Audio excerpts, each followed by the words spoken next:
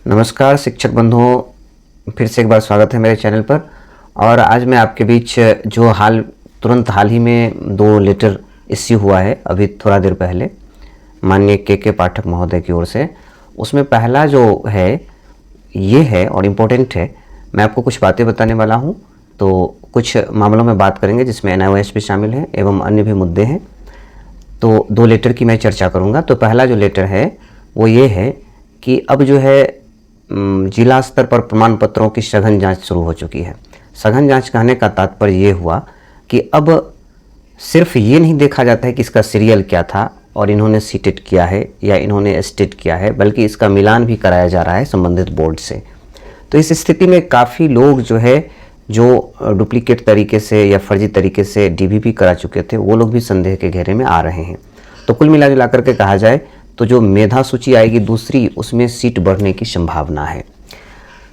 अगर हम बात करते हैं और मुद्दों की, तो यदि इसमें सघन जांच हो रही है तो जांच होने के तुरंत बाद ये जो औपबंधिक नियुक्ति पत्र था उसको अब हटा करके उसके जगह पर मूल नियुक्ति पत्र दिए जाएंगे।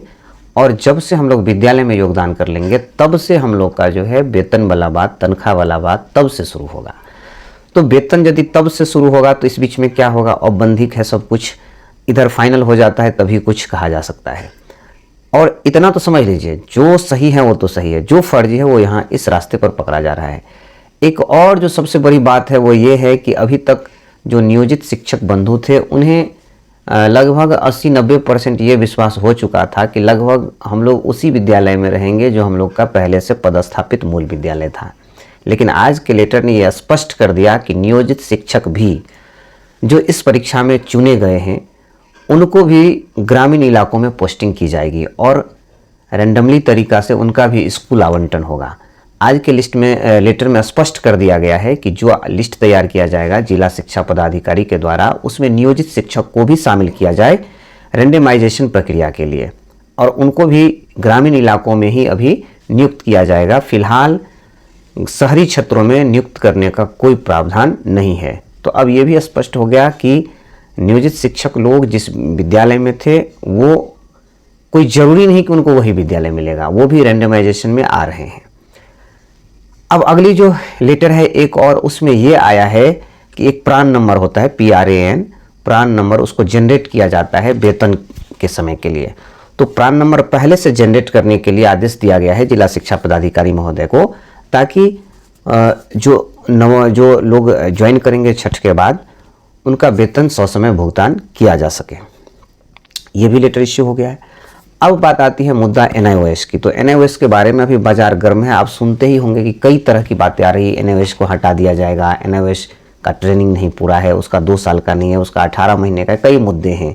पर कई बार ये चीज़ हुआ है, आज ही नहीं हुआ है, कई बार हुआ है, और इससे घबराने की कोई बात नहीं है। NIOS वाले का कोई कुछ नहीं होगा, ये सब समझे। इस मामले में व्यर्थ का ही टेंशन लेना है हमारे समझ से। NIOS वाले ठीक हैं, अपना काम अब करते रहें, इस सब चीज़ से बहुत कुछ होने वाला नहीं है। ऐसे ही मुद्दा उठते हैं। चलिए अब बात करते हैं जो हम लोग की मेरिट लिस्ट है, मेधा सूची है सेकंड वाली, वो क्या होगी। देखिए, अगर कम सीट के लिए आती है मेधा सूची तो आप देख ही रहे कि क्या हो रहा है। पहले तो लोगों का नाम आ जा रहा है, बाद में वो छटते हैं, तो कम ही अंक गिरता है तो ढेर सारे लोग सेलेक्ट हो जाते हैं, बशर्ते वो जो रहे, वो जेन्युइन रहे या जेन्युइन ना रहे। तो इसीलिए अभी कहना मुश्किल होगा कि क्या होगा और कितने सीट पर आएगी। जब तक वो पूरा सर्टिफिकेट की जांच नहीं हो जाती तब तक मेधा सूची या वेटिंग लिस्ट नहीं आएगी। आप देख लीजिए काफ़ी संख्या में लोग घट रहे हैं। अब हम लोग चर्चा कर रहे हैं कि हम लोग का जो TRE 2.0 है इसकी तैयारी हम लोग कैसे करें। सबसे पहली बात तो है कि समय नहीं दिया जा रहा है, बिल्कुल कम समय, और इतने कम समय में हम कैसे करें। यदि तैयारी की आप बेटर ढंग से करने की बात करें तो आप SCERT या NCERT की जो टेक्स्ट बुक की किताबें हैं उन्हें आप गौर से पढ़ें तो मैक्सिमम क्वेश्चन आपके पकड़ में आएंगे, इससे बाहर प्रश्न नहीं होते हैं। जब भी हम कोई गाइड पढ़ते हैं, चाहे लुसेंट हो, चाहे कोई अन्य भी गाइड हो, या किसी टीचर या मेरे ही द्वारा दिया गया नोट्स हो, ये सब में क्या है, कुछ महत्वपूर्ण फैक्ट्स लिखे रहते हैं, सारे फैक्ट्स नहीं होते हैं। तो प्रश्न कहाँ से आता है और उसमें वो चीज़ है कि नहीं गाइड में, ये कहना मुश्किल है। इसीलिए अगर वक्त मिलता है तो आप दिन में 5 शिफ्ट 6 शिफ्ट मतलब बनाइए 2-2 घंटे का, उसमें 2 क्लास का बुक शुरू कर दीजिए। आप 6-7 कर लीजिए, फिर एक बार 8-9 कर लीजिए, फिर 10 और 11 कर लीजिए। इस तरह से सेटिंग कर लीजिए आप, और उस टेक्स्ट बुक को लाइन बाय लाइन अध्ययन करिए। हमारे समझ से ये बहुत अच्छा तैयारी है और इसके द्वारा जो है सो आपको क्वेश्चन छूटेंगे नहीं। हम लोग भी तैयारी जो करवा रहे हैं उसमें हम लोगों ने भी टेक्स्ट बुक का ही प्राथमिकता दिया है और तैयारी अच्छी हो रही है, लोग अंक भी अच्छे ला रहे हैं, टेस्ट सीरीज भी अच्छे कर रहे हैं, पिछले बैच में भी लोगों ने ज़्यादा क्वालिफाई किया। तो मेरे कहने का मतलब है कि अगर आप टेक्स्ट बुक को देखते हैं एक एक लाइन समझिए, इससे बढ़ के अच्छी तैयारी कोई नहीं है।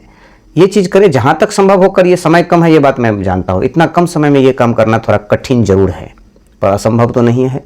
करिए, करते रहेंगे, एक बार हुआ फिर करेंगे, फिर करेंगे, करते करते आप ये टीचर क्या कई परीक्षाओं को क्वालिफाई आप कर सकते हैं।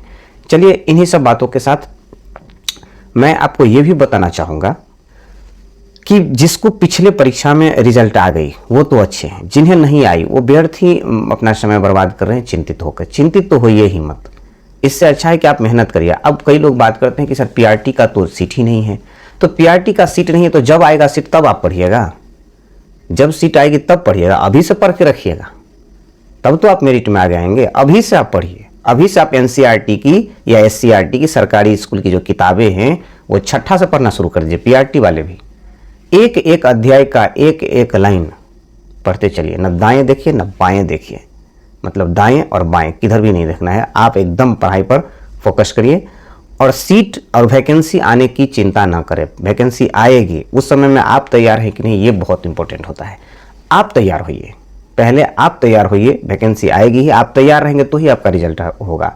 उसमें भी वैसे ही लोगों का होगा जिन्होंने मेहनत किया होगा। इसीलिए हम लोग का ये फर्ज बनता है कि हम लोग क्या करें, एनसीईआरटी की किताबें को ढंग से अध्ययन करें। आप वैकेंसी आने का इंतजार नहीं करें, आप अभी से पहले तैयारी करें। वैकेंसी लाना हमारा काम नहीं है, हमारा काम है तैयारी करना। हम अपने काम से तैयार रहेंगे, अपना काम आपका अच्छा रहेगा, निश्चित रूप से आपकी रिजल्ट होगी। वेट नहीं करिए, आज से अभी से सरकारी स्कूल का किताब छठा से लेकर पढ़ना शुरू कर दीजिए, निश्चित रूप से आपका रिजल्ट आएगा। इस बात को ध्यान में रखिए। चलिए एक छोटी सी वीडियो के साथ अभी मिला था, फिर मिलते हैं अगले वीडियो में, तब तक के लिए शुभ रात्रि।